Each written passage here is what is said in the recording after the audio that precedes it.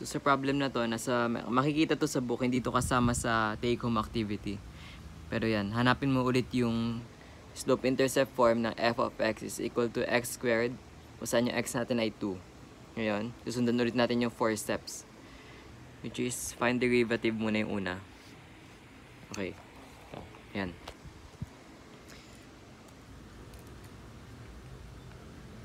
Find derivative. Yan. So, formula natin, lagyan na kagad natin to. Ang x squared sa times sa i-minus sa sarili niya over h. Ngayon, papalitan natin tong x ng x plus h. So, magiging x plus h squared minus x squared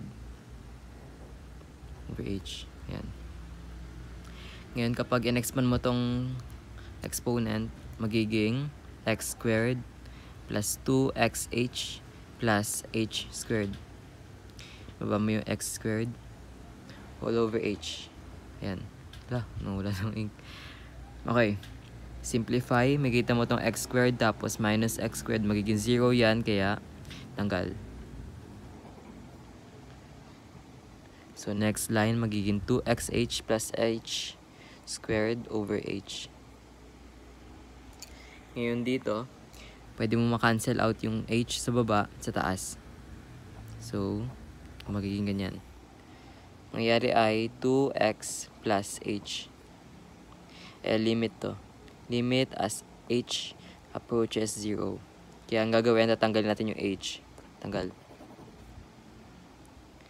Bali ang ano natin, derivative ng function ay 2x. Ngayon, second step ay find m. Gamitin natin tong derivative, papalitan ng ano ba yung given? Ayun, 2.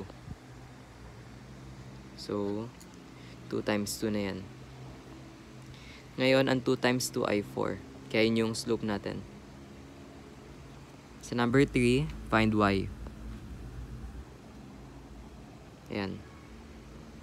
Ang gagamitin nating formula dito ay yung original na function, which is y is equal to x squared. Papalitan yung x ng 2 pa din. Kaya magiging 2 squared. Ang 2 squared ay 4. Okay, number 4. Find b. Anong 4? Ang formula na gagamitin ay ang y is equal to mx plus b. So, bale, ang y magiging 4. Ang m, yun, solve natin kanina, magiging 4 din. Ang x ay magiging 2, given, plus b. Ang 4 times 2 ay 8. Tapos, ililipat natin sa kabila kasi kailangan ma-isolate yung b. So, magiging negative. So, negative 8 plus 4, magiging negative 4. At ipagsasama na natin yung values. Sabihin, ang final sagot.